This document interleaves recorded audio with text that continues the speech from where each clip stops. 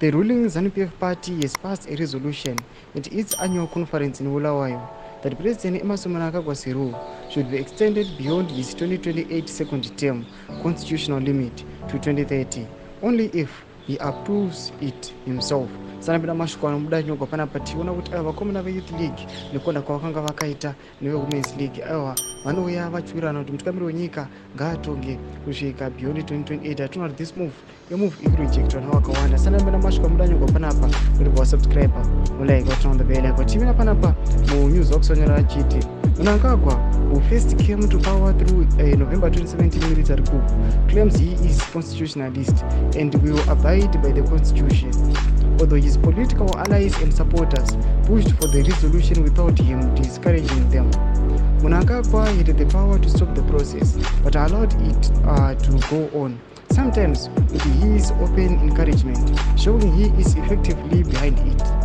The president's loyalists and backers take a cue from him, especially on such a big political issue. Chinamasa said all 10 provinces at the conference thematic committees agreed Mnangagwa should cling to power beyond his second term by 2 more years to 2030.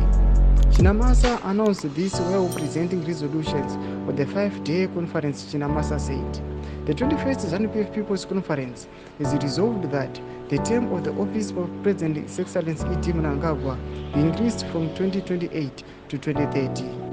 Mnangagwa had been playing political hide-and-seek over the issue because Vice President Kutonhora Chiwenga and his military-backed ZANU-PF faction are strongly opposed to the move. Ndo mashukano mbira nyangu panapa nokumana in the news hoax vachiti aiwa zvinhu izvi vari kungozviita vachivanira vanhu vachiita hide-and-seek, but panapa vari kuona kuti aiwa nyange this offer mutungamiri wenyika ari kuita sengisa ari kuiramba, but panapa vakuvatira mashoko vachiti aiwa ndozvitongoripo ndozvitongori pachena zvatiri kuona kuti aiwa vakomana avada kuti mutungamiri wenyika atonge beyond 2028 kusvika 2030. Tudze mafungiro enyu muri kudii pamusoro pechitiko ichi? Pinda comment section yedu, subscribe, like, and turn on the bell icon.